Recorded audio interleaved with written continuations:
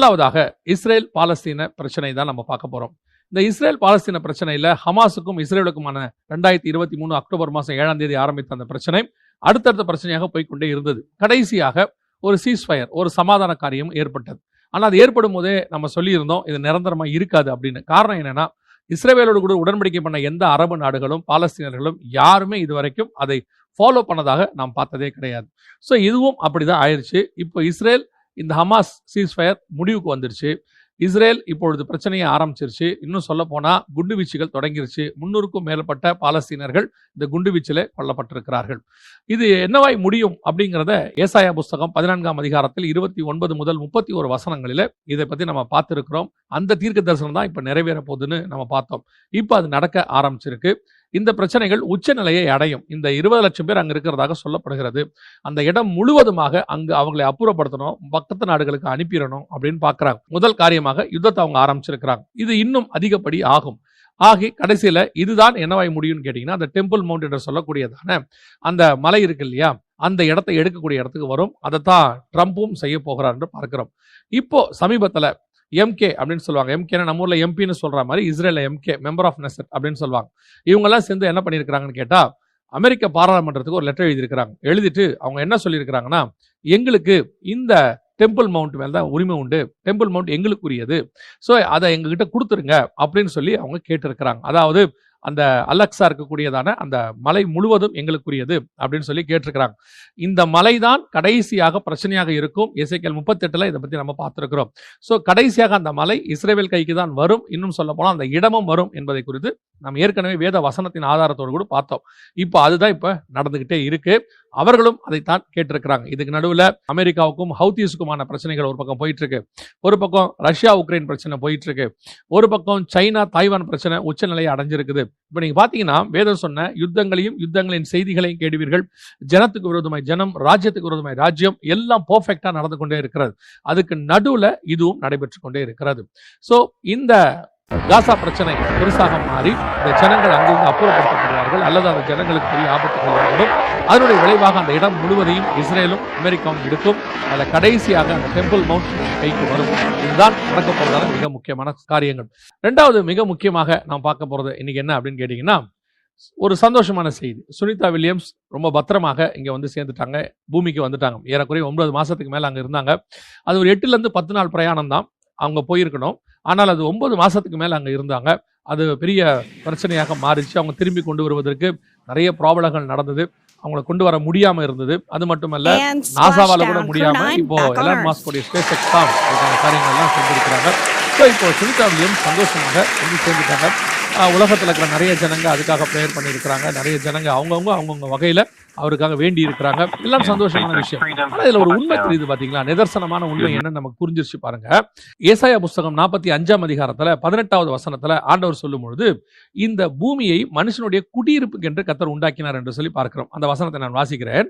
வானங்களை சிருஷ்டித்து பூமியையும் வெறுமையாய் இருக்க சிருஷ்டியாமல் அதை குடியிருப்புக்காக செய்து படைத்து அதை உருவேற்படுத்தின தேவனாகிய கர்த்தர் சொல்லுகிறதாவது, நானே கர்த்தர், வேறு ஒருவரும் இல்லை. இந்த குடியிருப்பு என்பது பூமியில் தான் இருக்கும். இன்னும் சொல்ல போனா பூமியை மட்டும்தான் கர்த்தர் குடியிருப்பிற்கு என்று செஞ்சிருக்கிறார். சிருஷ்டிப்புல கர்த்தர் செஞ்ச மிக முக்கியமான விஷயம் இது. 6ஆம் நாள்ல மனுஷனை படைத்தார்னு பார்க்கிறோம். இதுக்கு அப்புறம் பாத்தீங்கன்னா வேற எங்கேயுமே மனுஷர்கள், அதாவது சிருஷ்டிப்புகள் வேற எங்கேயுமே இல்லை. எல்லாமே வெறுமையா தான் இருக்கு. நீங்க எந்த பகுதிக்கு போங்க, மார்ஸோ மூனோ எங்க வேணாலும் போங்க, வெறுமையா தான் இருக்கும். ஆனால் இவங்க என்ன சொல்றாங்க அப்படின்னா, இந்த பிக் பேங் தியரி அல்லது பரிணாம வளர்ச்சி கொள்கை இது எல்லாத்தையும் வந்து என்ன சொல்றாங்கன்னா, பூமியில மட்டும் ஏன் இப்படி வந்துச்சு அப்படிங்கிறதுக்கு 1000 காரணம் சொல்றாங்க. ஆனா பைபிள் தெளிவா சொல்லுது, மனுஷனை பூமியில மட்டும்தான் மனுஷன் வாழ முடியும். அதுக்கு தான் கர்த்தர் படைச்சார். முதல்ல நிலாவில போய் வாழ வைக்கிறேன்னு 1960களில் சொன்னாங்க, முடியல. அடுத்து செவ்வாய் கிரகத்துல வாழ வைக்க போறோம்னு எலான் மாஸ்க் சொல்லிட்டு இருக்கிறாரு, அதுவும் முடியாது.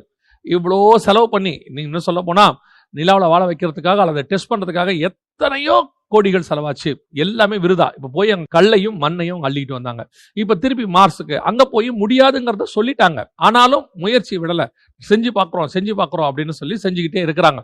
கடைசியாக சுனிதா வில்லியம்ஸ் பத்திரமா திரும்பினது நமக்கு ஒண்ணு சொல்லுது, நீங்க எவ்வளவு தூரம் வானத்துக்கு ஏறி போனாலும் அங்க உங்களால 9 மாசம் இருக்க முடியும், 10 மாசம் இருக்க முடியும். ஆனால் நிரந்தரமா பூமியில தான் குடியிருக்க முடியும். அந்த 9 மாசமும் அவங்களுக்கு ஏற்பட்ட பாதிப்பு, அதனால வரக்கூடிய விளைவுகள் எல்லாத்தையுமே எத்தனை வீடியோக்கள்ல எப்படி சொல்லியிருக்காங்கன்னு பாருங்க.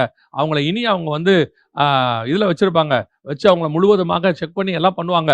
பூமி தான் மனுஷனுடைய குடியிருப்புக்கு என்று கர்த்தர் படைச்சது. இந்த சம்பவம் நமக்கு மீண்டும் தெளிவுபடுத்துகிறது. பூமியை தவிர மனுஷன் வேறெங்கும் அதாவது ஒரு 100-200 வருஷங்களுக்கு முன்பாக ஒரு மிகப்பெரிய ஏத்திஸ்ட் இருந்தார். 18ஆம் நூற்றாண்டுகள்ல ஒரு ஏத்திஸ்ட் இருந்தார். அவர் பேர் வால்டர்னு பேர். அவர் தான் வந்து கிறிஸ்தவத்துக்கு எதிராக அதிகமாக எழுதினவர். அவர் காலத்துல கிறிஸ்தவத்தை ஒழிச்சிருவார் அப்படிங்கிற அளவுக்கு கூட அவரை பத்தி பேசினாங்க.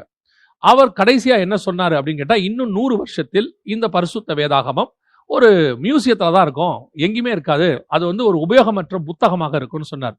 அப்படி சொல்ற அவரு இன்னொரு காரணத்தையும் சொன்னார். என்னன்னு கேட்டா, அவர் காலத்துல இருந்ததான ஒரு மிகப்பெரியதான சயின்டிஸ்ட் தான் வந்து சர் ஐசக் நியூட்டன், புவியீர்ப்பு சக்தியை கண்டுபிடிச்சவர். உங்க எல்லாருக்கும் தெரியும். அவர் வந்து கடவுள் பக்தி உள்ளவர், தேவனை நம்புகிறவர், அவர் ரட்சிக்கப்பட்டவர். இன்னும் சொல்ல போனா ஐசக் நியூட்டன் சயின்ஸை பத்தி எழுதுனதை விட ஆண்டவரை பத்தி தான் நிறைய எழுதியிருக்கிறாரு அப்படின்னு சொல்லுவாங்க. சர் ஐசக் நியூட்டன் என்ன சொன்னார் அப்படின்னு கேட்டா, கடைசி காலத்தில் அறிவு பெருகி போகும், மனுஷர்கள் இங்கும் அங்கும் ஓடி ஆராய்வார்கள். அதோட கூட அந்த நாகும் புஸ்தகங்களை நீங்கள் வாசிக்கும் போது அந்த 2ஆம் அதிகாரம் 4ஆம் வசனம் சொல்லுது, ரதங்கள் தெருக்களில் கடகடவென்று ஓடி வீதிகளில் இடதுசாரி வலதுசாரியா வரும், அவைகள் தீவெட்டிகளைப் போல விளங்கி மின்னலை போல வேகமாய் பறக்கும். அதாவது ரோட்ல ரதங்கள் இடதுபுறமும் வலதுபுறமும் வரும், அதுல பாத்தீங்கன்னு சொன்னா மின்னுமா, வசனம் சொல்லுது தீவெட்டிகளை போல விளங்கி, அதாவது லைட், அதுக்கு அடுத்து மின்னலை போல வேகமாய் பறக்கும். இதை சொல்லிட்டு ஐசக் நியூட்டன் சொன்னாரு, மனுஷன் எதிர்காலத்துல 40 மைல் வேகத்துக்கு மேல அவன் போகக்கூடிய இடத்துக்கு வந்துருவான். 40 மைல்ல நம்ம ஊருக்கு ஒரு 60 கிலோமீட்டர் ஸ்பீடுன்னு வச்சுக்கோங்களேன். 60 கிலோமீட்டர் ஸ்பீடுக்கு போற அளவுக்கு மனுஷன் வந்துருவான் அப்படின்னு சொல்லி அவர் சொன்னார். இதுக்கு கவுண்டர் பாட்டா வால்டர் என்ன சொன்னார் அப்படின்னா, பாருங்க ஐசக் நியூட்டன் எவ்வளவு பெரிய விஞ்ஞானி, அவருடைய அறிவுக்கு நம்ம உண்மையிலே தலை வணங்குறோம். ஆனா அதே நேரத்துல ஒரு கிறிஸ்தவம் அல்லது ஒரு பைபிள் அவரை எவ்வளவு பெரிய முட்டாளாக்கிடுச்சு பாருங்க. ஒரு மனுஷனால 60 கிலோமீட்டர் வேகத்துல போக முடியுமா பாருங்க, அப்படி இருந்தா அவன் செத்து போயிட மாட்டானா அப்படின்னு சொல்லி வால்டர் எழுதியிருந்தார். அதற்கு பிறகு இப்போ உங்களுக்கு இந்த வசனம் வந்து நிதர்சனமா அப்படியே 100% நிறைவேறிடுச்சு. என்னன்னு கேட்டீங்கன்னா, வண்டி வந்து இடதுபுறமும் வலதுபுறமும் வாகனங்கள் போகுது, லைட்ஸ் போட்டு போறோம், தீவெட்டிகளை போல இருக்கு, அப்படியே இருக்கு. நாகும் புஸ்தகம்லாம் ஒரு 2000-2500 வருஷத்துக்கு முன்னாடி உள்ள புக்குன்னு வச்சுக்கோங்களேன், ப்ராபசி அதெல்லாம் இருக்கு. அதுல இப்போ மனுஷன் குறைஞ்சபட்சம் 200 கிலோமீட்டர் ஸ்பீட்ல போறவங்களா இருக்கிறாங்க, 150 கிலோமீட்டர் 140 கிலோமீட்டர் ஸ்பீட்ல போறவங்களா இருக்காங்க. எனக்கு இதுல ரொம்ப போன வாரம் என்னங்க இதுல விசேஷம் கேக்குறீங்களா? அதான் கார் கண்டுபிடிச்சாச்சு, பஸ் கண்டுபிடிச்சாச்சு, இதெல்லாம் எத்தனையோ வருஷத்துக்கு முன்னாடி உள்ள விஷயமாச்சே, இதுல போன வாரம் என்ன அப்படின்னு கேக்குறீங்களா? அதுல லாஸ்ட் வேர்டு என்ன சொல்லுது பாருங்க, மின்னலை போல வேகமாய் பறக்கும் அப்படின்னு சொல்லி. இப்போ ஹைப்பர் லூப் அப்படின்னு சொல்லி ஒரு காரியத்தை கொண்டு வந்திருக்கிறாங்க. அதாவது தரையில் நாம் போவதற்கு, இப்ப தரையில வந்து நம்ம ரோட்ல போயிட்டு இருக்கிறோம் இல்லைங்களா, ரயில்வேஸ் வந்து ட்ராக்ல போயிட்டு இருக்கு. ஆனா இப்படி போகும்பொழுது சில காரியங்கள் இருக்கு. உதாரணமாக அந்த காத்தை கிழிச்சிட்டு போகும்போது அந்த காத்தை உராய்தல் அப்படின்னு சொல்லுவாங்க, அதுல கொஞ்சம் காரியங்கள் இருக்கு. இந்த மாதிரி சில டேமேஜஸ் எல்லாம் ஏற்பட வாய்ப்பு இருக்கு. அதனால தான் ஒரு குறிப்பிட்ட ஸ்பீடுக்கு மேல ரோட்வேஸ்ல போக முடியாது. விமானத்துல பறக்கிறவங்க தான் நீங்க பாத்தீங்கன்னா 1000 கிலோமீட்டர் ஸ்பீட்லாம் போவாங்க. ரோட்ல போறவங்களால அவ்வளவு ஸ்பீடு 1000 கிலோமீட்டர் ஸ்பீட்லாம் போக முடியாது. காரணம் இந்த மாதிரி பிரச்சனைகள் இருக்கிறதுனால. இப்ப ஹைப்பர் லூப்னு ஒன்று கொண்டு வந்திருக்கிறாங்க. இது எப்படின்னு கேட்டீங்கன்னா, நம்ம தெருக்கள்லயே அல்லது இந்த பூமியிலேயே மிகப்பெரிய பில்லர்ஸ் அமைச்சு அதுல ஒரு பெரிய நம்ம சுரங்க மாதிரி நம்ம பூமிக்கு அடியில தோன்ற மாதிரி அதுல பெருசா போட்டு அதுல மேக்னெட்டிக் சொல்லுவாங்க. அதன் அடிப்படையில எந்த ஒரு வீலோ எதுவுமே இல்லாம உராயாத மாதிரி அது வேகமா போகும்படி இதுல எவ்வளவு ஸ்பீட் போலான்னு தெரியுமா?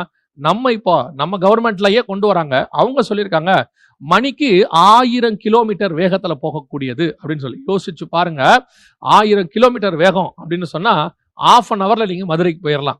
அந்த அளவுக்கு ஸ்பீடு இருக்குதாமா. இப்போ சொல்லுங்க, மின்னலை போல போக முடியுமா முடியாதா? ஆல்ரெடி துபாயில இந்த மாதிரி காரியங்கள்லாம் ரெடியா இருக்கு. இப்போ நாம இந்தியாவிலையும் கொண்டு வரோம்.